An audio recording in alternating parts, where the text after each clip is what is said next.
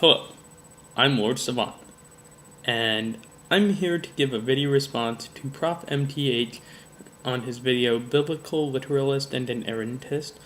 It's a pretty good video, and I'm gonna put some link info on the side of the screen, showing where to find it, maybe even showing some other responses, but anyway, recommend that you check out ProfMTH's channel.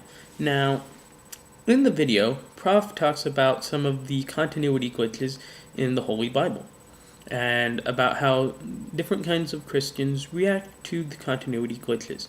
Specifically, he mentions a continuity glitch where Johnny Boy is saying that Jesus got whacked on the day before Passover, but Luke and Marky Boy, in their books, Jesus was out free kicking it, not in custody, on the day of Passover, ergo 1 day later. So, some people look at this and say, well, they can't both be true, right? They can't both be true. And some people will say, well, they're both true, but, there's something going on here. There's a difference. There's this or that going on. And Prof mentions how some intellectual Christians will reject literalism and inerrancy and say, well, obviously they can't both be true, so something else is going on here. Maybe it's a metaphor. Maybe it's a poem. Maybe it's a propaganda piece, right? Well, in reference to the question, they can't be both true, my response is, can they? In another example of a continuity glitch, Prof talks about my favorite continuity glitch. In chapter 1 of Genesis, God creates animals, starting with the sea, then land and air animals, and then he creates humans, both of them, at the same time. Man and woman, he created them together, it says, right? Now, in chapter 2 of Genesis, there's this different story going on.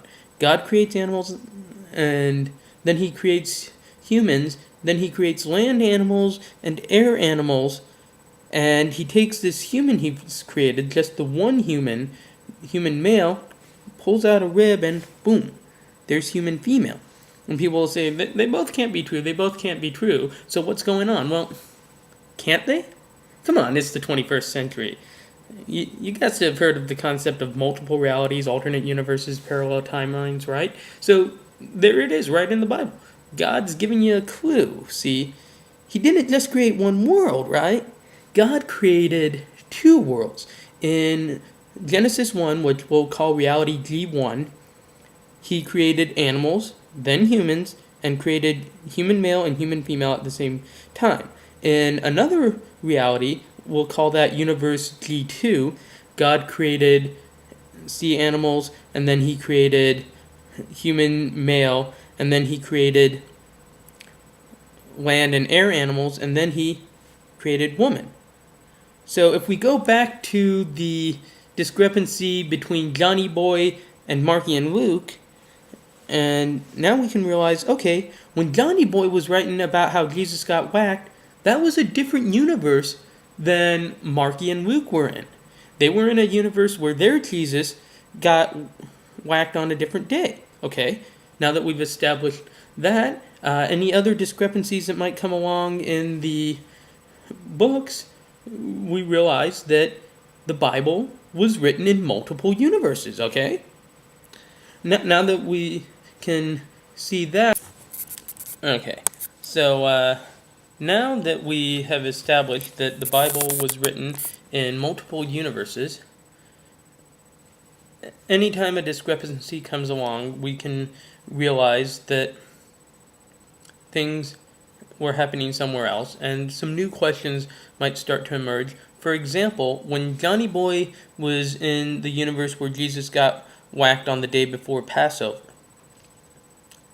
was that built off of the universe where humans were created male and female at the same time, G1, or was that universe built off of G2, where human male was created, then land and air animals came along, and then human female? And I don't know. I don't know. If somebody wants to look in the Bible and see if there's any kind of corollary, if somebody wants to see if that can be found, it might be, or it could just be each discrepancy is a result of the creation of another universe. So that's something that could require some digging. Now, on another note, I want to say that when Prof did one of his Bible Blunders video, I don't remember which number, I think it was 9, I could be mistaken. Anyway, he talked about various parts in the Bible where it addresses righteous men. This dude was righteous, that dude was righteous, them people were both righteous, this dude was blameless, this guy was good and righteous, yada yada yada. And then Paul comes along and says, there is no one who is righteous, not even one. So obviously, the Apostle Paul was in a separate universe where there are no righteous people. All these righteous people were in universes where there are righteous people. You know, like the bit where Jesus says there are many men who are good and righteous. Well, that was Jesus in a different universe. In Paul's universe, Jesus said there are no righteous people because there weren't any righteous people in Paul's universe.